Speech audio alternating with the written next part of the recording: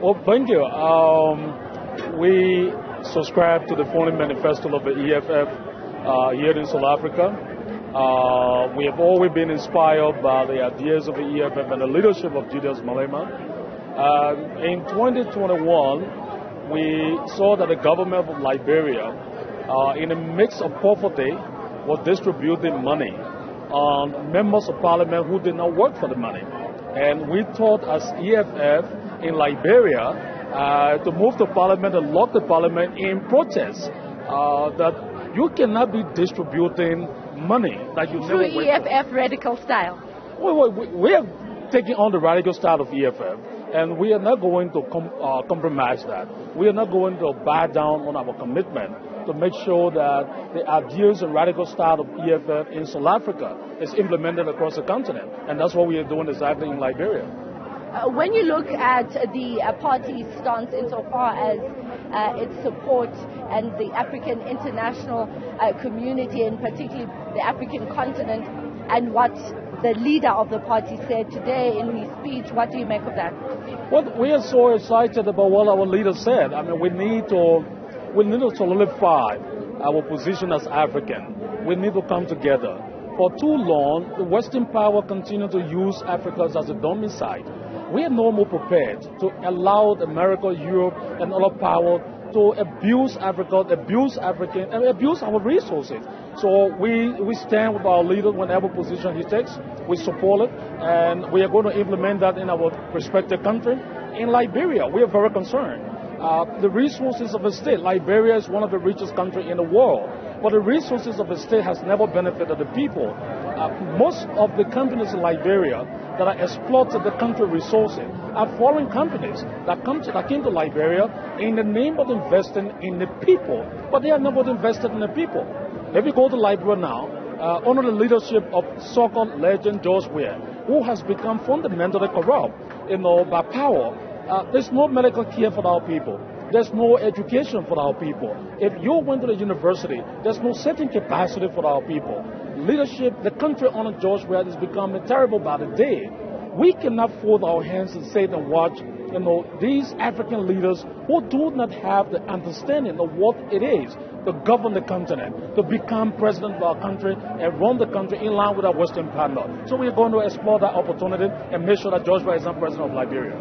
Quickly, as I let you go, Emmanuel, I understand that you are one of those contesting in Liberia. Yeah, I'm contesting for the upper house of Senate. Our party, we struggled against George Weah. For the last 3-4 years, we've been struggling for accreditation from George Weah party. January of this year, can you imagine? 3 years of struggle against the government to become a political party has been difficult.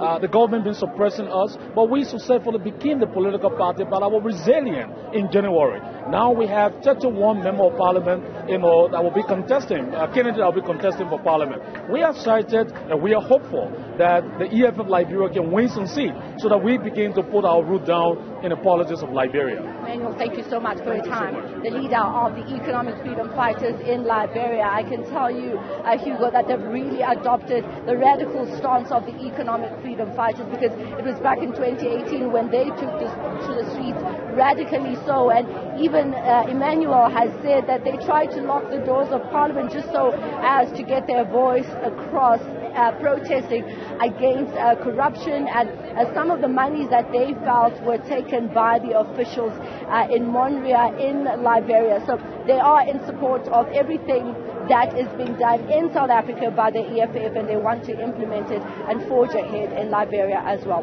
Back to you in studio. Well, Athi, we've obviously witnessed a lot of the former proceedings earlier this afternoon. Now, just talk to us about what's happening now. It all seems very social at the moment. Stuff we can see in the background is people walking around with plates of food. Just paint a picture for us, will you? All right, so I'm going to ask my colleague Murena Likitla to just scan and pan the room as I talk to you about the activity that is currently taking place here. You will recall, Hugo, that Mr. Malema has repeatedly said that they have slaughtered 100 cows.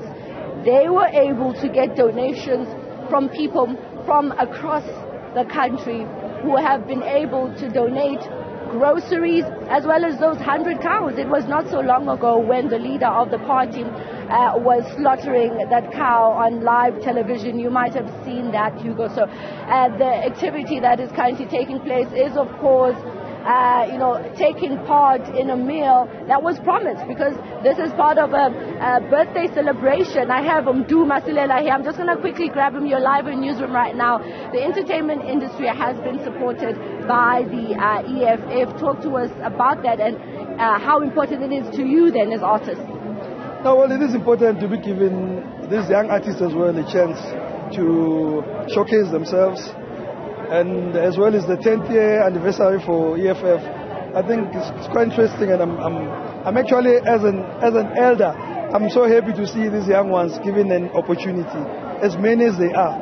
Is it correct to call you a Grotman? Yeah, I love it.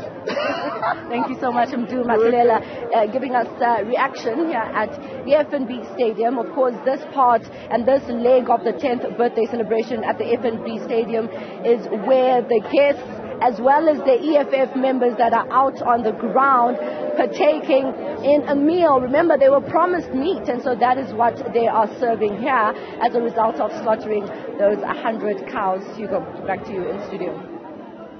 Athi Mtongana, thank you very much. Trust that you won't go hungry as those guests of the EFF celebrations partake in those meals based on that 100 cattle slaughtering.